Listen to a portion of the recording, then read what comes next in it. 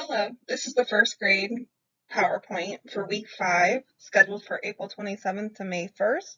The topic for week 5 for first grade is time. An important update for week 5 is the new student packet cover sheet. Pacing through this packet should be adjusted by the teacher to meet student learning needs.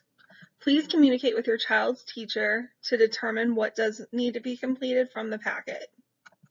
It is not intended or appropriate for students to complete all assignments listed. Instead of days being referenced, there are now steps to complete as assigned by the teacher. There is also a checklist for your child to keep track of what has been completed. There are also sample tasks with a way for your child to reflect on how well they understood each step that week. This week's focus is to understand how a clock works, tell and write time to the nearest hour, and tell and write time to the nearest half hour. For step 1, your child will understand how a clock works. This includes that the shorthand is the hour hand and the longhand is the minute hand, as shown in the visual learning bridge example above. To help your child learn how to tell time, encourage them to use both analog and digital clocks.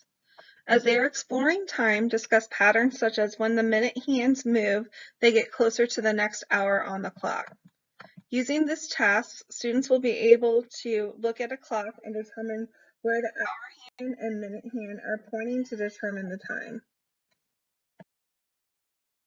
A number line or number chart can be used to relating time to skip counting by 1s for the hour and 5s for the minutes. Using the number charts on the slide, you can see how the first one was used to skip count by 1s or hours, and the second number chart was used to skip count by 5s or minutes. You can also see how the orange 2 on the first number chart, which represent the second hour, is related to the orange 10 on the second number chart, which represents 10 minutes. The second step of learning for week 5 deals with telling and writing time to the nearest hour using both digital and analog clocks. Through this step, students focus primarily on the use of the hour hand. Tasks include having children determine which analog clock shows the given time. They also move to drawing the given time on an analog clock. The third and final step for week 5 deals with telling and writing time to the half hour. Your child will understand that when the minute hand is pointed at 6, it represents a half hour or 30 minutes. They also understand that the 6 is halfway between the 2 hours or half past the hour. Through the tasks located in this step, children continue to break an hour in half. They use both the hour and minute hand to determine the time represented on the analog clock and write the time with numbers. Tick-tock clock 3 in a row is a game that can be used to apply your child's understanding of telling time to the hour and half hour.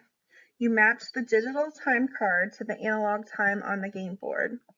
The goal is to be the first player with 3 counters in a row on the game board. Another game that can be played at any point throughout the week with your child is Balance Your Partner.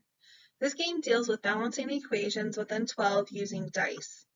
The first player will roll 2 dice, record the 2 numbers on a side, and determine the sum. The second player has to record 2 other numbers on the other side of the equal sign that give the same value as the first player's. This game helps build fluency with adding within 12. Please remember to visit SmathSmarts for more information about the standards, games, blogs, and other support for teaching math. There are blog posts that reference resources that we are all using, including Pearson Realize and EDSB. Remember to like us on Facebook at SmathSmarts K5 or follow us on Twitter. Thank you.